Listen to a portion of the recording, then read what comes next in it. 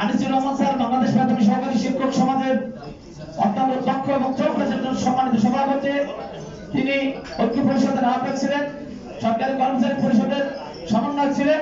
আমি আশা করছি তার নেতৃত্বে এবং এখানে এই সারিতে যারা আছে সকলের নেতৃত্বে আমাদের এই 10 গ্রেড বাস্তবায়ন হবে ইনশাআল্লাহ।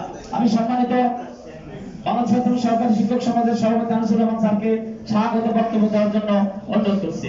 সবাইকে এদিকে তাকায়েন, এদিকে তাকায়েন, আমরা ছবি নিয়ে নিই। হ্যালো, বসেন ভাই।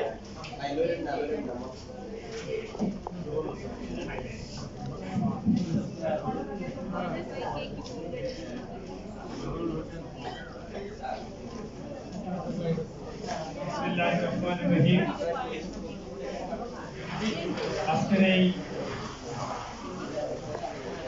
বৈষম্য নিরসনে প্রাথমিক শিক্ষক সমন্বয় পরিষদ আয়োজিত সংবাদ সম্মেলনে উপস্থিত বিভিন্ন সংগঠনের নেতৃবৃন্দ এবং প্রাথমিক সহকারী ও প্রধান শিক্ষকবৃন্দ, উপস্থিত ইলেকট্রনিক ও মিডিয়ার সাংবাদিকবৃন্দ, আসসালামু আলাইকুম। আপনারা জানেন যে আমরা বাংলাদেশের প্রাথমিক বিদ্যালয়ের শিক্ষক, এখানে আমরা সহকারী শিক্ষক এবং প্রধান শিক্ষক উভয় পরিবার রয়েছি। বাংলাদেশ একটি নতুন স্বাধীন লাভ করা একটি দেশ আমি বলবো, এবং এই জন্য আমি এই নতুন স্বাধীনতা যারা এনে দিয়েছেন সেই প্রায় হাজারো ছাত্র জনতার যে রক্ত, সেই রক্তের বিনিময়ে আজকের এই বাংলাদেশ, তাদের কথা আমি স্মরণ করছি। প্রথমেই আমাদের শুরুতে আমি স্মরণ করছি যাদের আত্মদানের ফলে আমরা পেয়েছি এই স্বাধীনতা। 1971-এর মুক্তিযুদ্ধে যারা শহীদ হয়েছেন তাদেরকে স্মরণ করছি। একটি স্বাধীন দেশে আমরা স্বাধীনতা লাভ করেছি ঠিকই, কিন্তু বৈষম্যের করাঘাতে আমরা আজকে প্রাথমিক শিক্ষা পরিবার ছিন্ন বিচ্ছিন্ন আমি বলবো। আমরা একটি দেশের একটি জাতি গড়ার জন্য একটা শিক্ষা ব্যবস্থা, একটা স্মার্ট শিক্ষা ব্যবস্থা দরকার, এবং তার জন্য দরকার স্মার্ট শিক্ষক।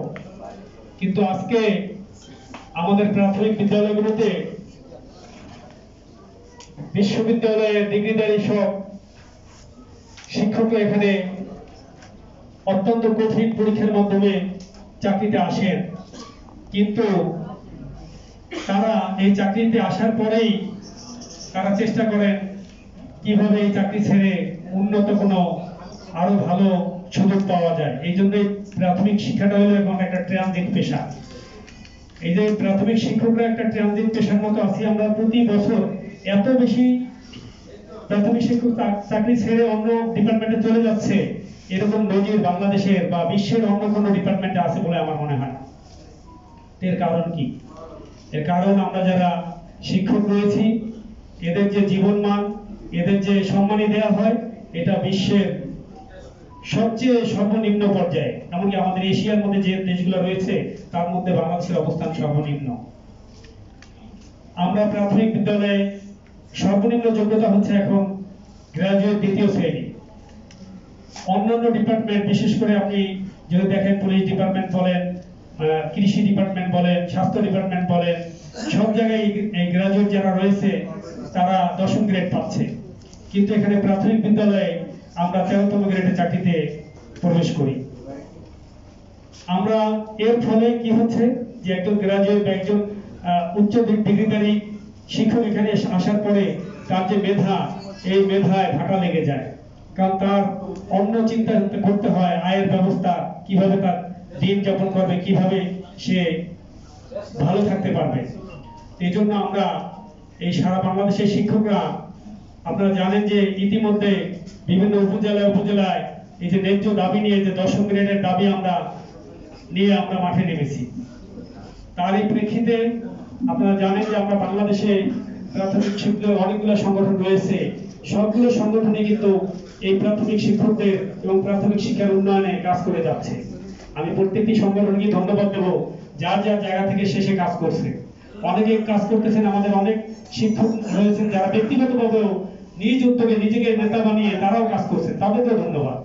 আমি মনে করি যে যেখান থেকে কাজ করুক, আমাদের গতকালকে সচিবালয়ে একটা টিম গিয়েছে 10টি সংগঠনের নেতৃবৃন্দ, তারাও ওখানে চেষ্টা করেছে শিক্ষকদের জন্য কথা বলার জন্য, তাদেরকেও আমরা ধন্যবাদ দিই।